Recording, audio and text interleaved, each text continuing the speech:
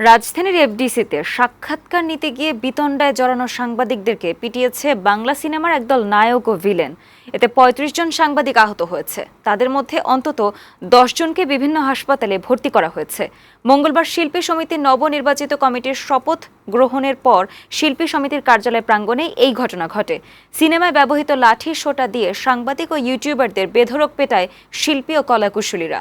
হামলায় নেতৃত্ব দেন খল অভিনেতা শিবা শানু, চলচ্চিত্র শিল্পী সমিতির নবনির্বাচিত কমিটির সাংগঠনিক সম্পাদক জয় চৌধুরী ও আন্তর্জাতিক বিষয়ক সম্পাদক আলেকজান্ডার বো।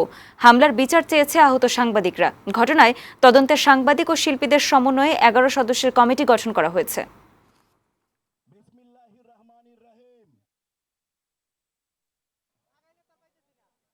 তারা যাকে সামনে পাইছে তাকে গণহারে পিটাইছে এবং যাদের সামনে পায় নাই, যে সাংবাদিককে তারা সামনে পায় নাই তাকে চেয়ার ছুঁড়ে মারছে। হাতে লাঠি সোটা নিয়ে একদম পুরো অ্যাকশন, মানে সিনেমাতে যেভাবে নায়ক ফাইটিং করে ওইভাবেই তারা বের হয়ে সোজা তারা মাঠের মধ্যে আসলো। তো মাঠের মধ্যে আমরাই ছিলাম প্রথমে ক্যামেরা পার্সনরা, আইসা আমাদের উপর একদম সরাসরি হামলা। শুট করছি, আমাকে মানে ক্যামেরার উপরে দিয়ে মারতেছে।